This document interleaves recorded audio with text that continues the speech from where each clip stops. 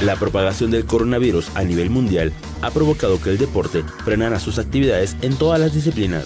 Los Juegos Olímpicos de Tokio 2020, que se tienen programados del 24 de julio al 9 de agosto, podrían aplazarse.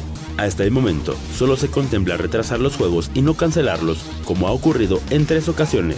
Para la sexta edición de los Juegos Olímpicos modernos, tocaba el turno que Berlín, Alemania, fuera la ciudad anfitriona en el año 1916. Los sucesos bélicos de la Primera Guerra Mundial llevaron a la cancelación de la justa veraniega por primera vez en su historia.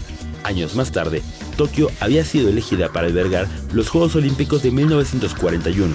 Sin embargo, el estallido de la Segunda Guerra Mundial obligó a que ese país renunciara a ellos, por lo que el Comité Olímpico Internacional eligió a Helsinki, Finlandia, pero el mismo conflicto orilló a que se suspendieran definitivamente esos Juegos. Años después, Helsinki se convirtió en la sede de los Juegos Olímpicos de 1952, mientras que Tokio sería cargo en 1964.